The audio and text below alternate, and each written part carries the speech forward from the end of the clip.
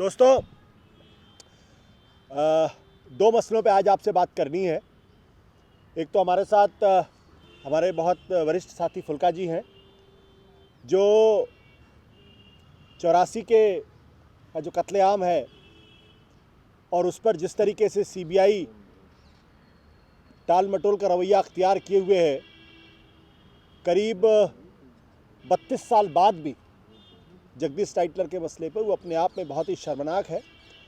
और उस पर फुल्का जी पक्ष रखेंगे। दूसरी तरफ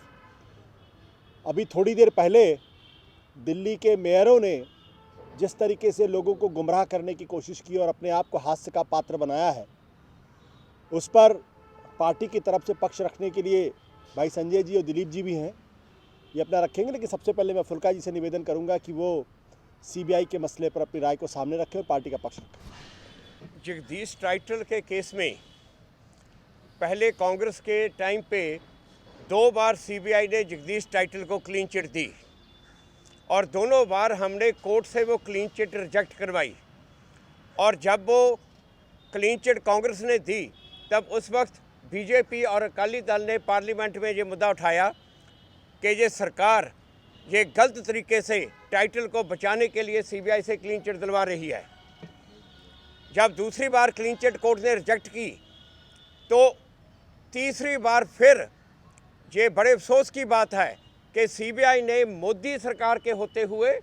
जिसमें अकाली दल भी भाईवाल है, और 24 दिसंबर 2014 को फिर टाइटल को क्लीन चिट दे दी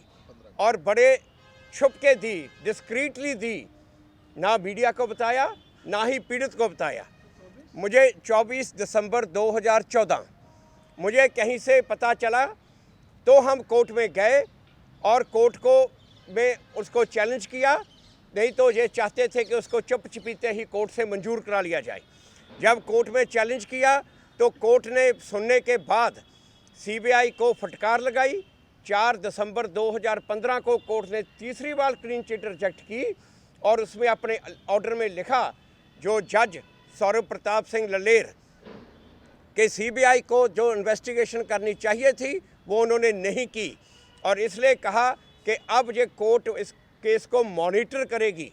इस इन्वेस्टिगेशन को, और डायरेक्ट किया सीबीआई को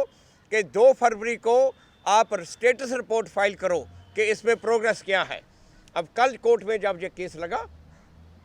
तो बड़ी हैरानी की बात है, सीबीआई ने ना कोई स्टेटस रिपोर्ट फाइल की, ना ही सीबीआई का कोई अफसर कोर्ट में जाके पेश हुआ ये बताने के लिए कि इसमें क्या प्रोग्रेस है और सीबीआई ने अब तक क्या किया है। तो हमारे आर्गूमेंट के बाद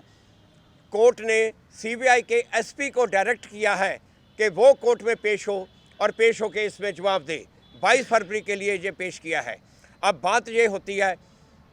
कि ये मोदी सरकार जगदीश टाइटलर को क्यों बचाना चाहती है। हमें जो शक है कि कल जो सीबीआई ने कोर्ट के आगे पेश नहीं हुई और रिपोर्ट नहीं पेश की, इसकी वजह ये लग रही है क्योंकि वो जज एसपीएस ललेर की ट्रांसफ़र हो रही है और अगले हफ्ते वो बदल रहे हैं। हमें ये लग रहा है कि सीबीआई ने जानबूझ के, क्योंकि बड़ा सख्त जज है, फेयर जज है, उसने क्लीन चिट रिजेक्ट की थी, तो जानबूझ के उस जज के आगे ये रिपोर्ट नहीं पेश की, ना ही उसके आगे पेश हुए। इस तरह की मैनिपुलेशन ये हमने कांग्रेस सरकार में तो देखी थी, मगर अब ये इस मोदी सरकार में, भाजपा और अकाली दल की सरकार में भी होनी शुरू हो गई। ये बहुत अफसोस की बात है कि ये दोषियों को, टाइटल जैसे लोगों को, जिन्होंने हज़ारों लोगों का कत्ल कर जिम्मेवार हैं, उनको उसी तरह बचाना शुरू कर दिया जैसे कि कांग्रेस सरकार पहले बचाती थी। तो हम ये डिमांड करते हैं कि अकाली दल की हरसिमरत कौर बादल, जो वहाँ पे मिनिस्टर बन के इस कैबिनेट में बैठी है, उसका कोई हक नहीं है जब सरकार इस तरह से शरेआम इन 84 के कत्लेआम के दोषियों को बचा रही है कि वहाँ पे मिनिस्टर बन के बैठे। तो हम हरसिमरत कौर के इस्तीफे की मांग करते हैं। एक तो फुल्का जी ने अभी जो मामला रखा, ये बहुत ही गंभीर है कि नरेंद्र मोदी की सरकार, जिसमें अकाली दल भी शामिल है, वो 84 के गुनहगार जगदीश टाइटलर को बचाने में क्यों जुटी हुई है। इसका जवाब प्रकाश सिंह बादल और हरसिमरत कौर को भी देना चाहिए और नरेंद्र मोदी जी को भी देना चाहिए।